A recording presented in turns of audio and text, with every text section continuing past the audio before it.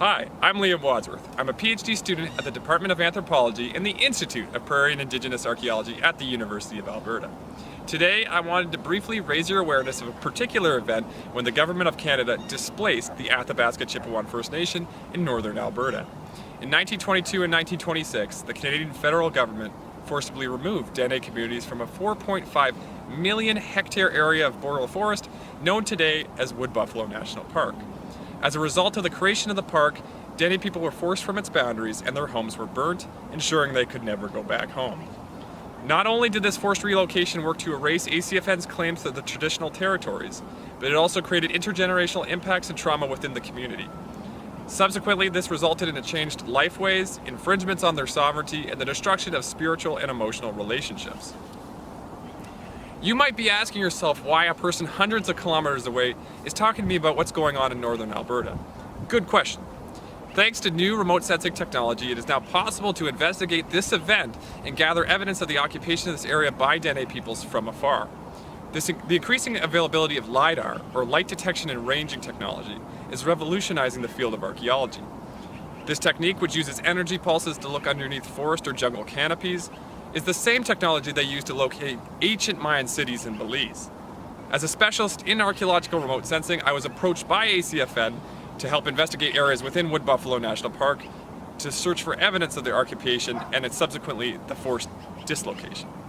At the Institute of Prairie and Indigenous Archaeology, our goal is to support communities in answering remote and archaeological questions that matter to them. Due to the remote and isolated nature of Wood Buffalo National Park, we have to plan extensively before undertaking ground-based fieldwork. As a result, we were invited to work with ACFN to use LiDAR to look for structures and features mentioned in their elders' testimonies and recent report. This includes looking for characteristics on the landscape that are consistent with structures, trails, and other features that make up these major settlements that were previously occupied by ACFN. With the LiDAR data we currently have available, we can see a series of large rectangular depressions.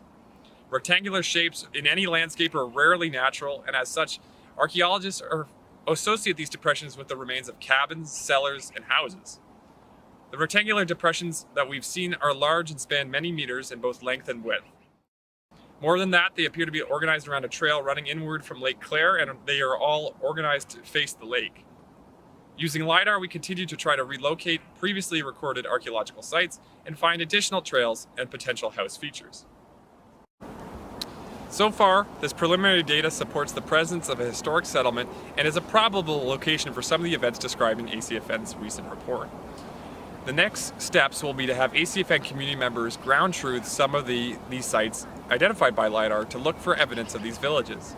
Weather permitting, we also hope to conduct high-resolution drone and LiDAR mapping at work over these sites, as well as ground-penetrating radar surveys to locate unmarked graves.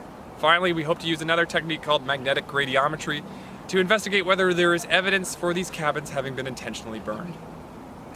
We've included links in the description of this video, and I encourage you all to please read the report ACFN has just released. Educate yourselves on the history of Wood Buffalo National Park and how it impacted ACFN. Thank you very much for your time.